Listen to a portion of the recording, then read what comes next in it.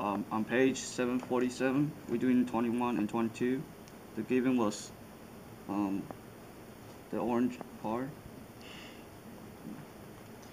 Alright, so we're given that when n is 2, a of n is 3. And when a is 8, a of n is 192. And so we're going to have to find the initial value, the rate of change, and the formula. So we start off by finding the difference between 8 and 2, which is 6, and dividing 192 by 3. This gives you 64, and then you have to take the 6th root of 64 and set it and make it positive or negative 2. And so the rate of change is positive or negative 2. Next, you have to work backwards to find what a of n equals when n equals 1. And so you can set positive or negative 2x equal to 3.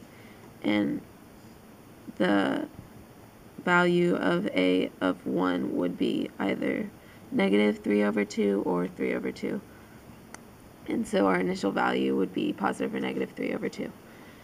And then you might have to plug in the rate of change and the initial value into the formula, which would give you a of n equals positive or negative 3 over 2 times positive and negative 2 to the n minus 1.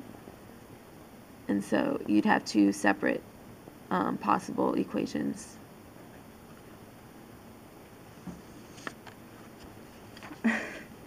For number 22, you were given that a of 3 equals negative 75 and that a of 6 equals negative 9,375.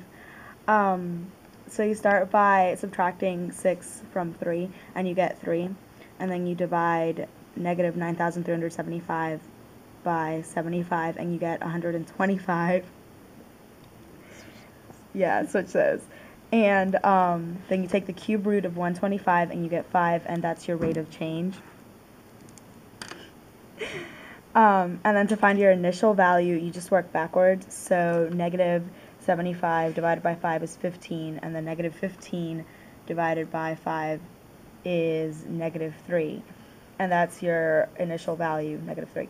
And then you just plug in your initial value and your rate of change into the equation, and you get negative 3 times 5 n minus 1 to the n minus 1.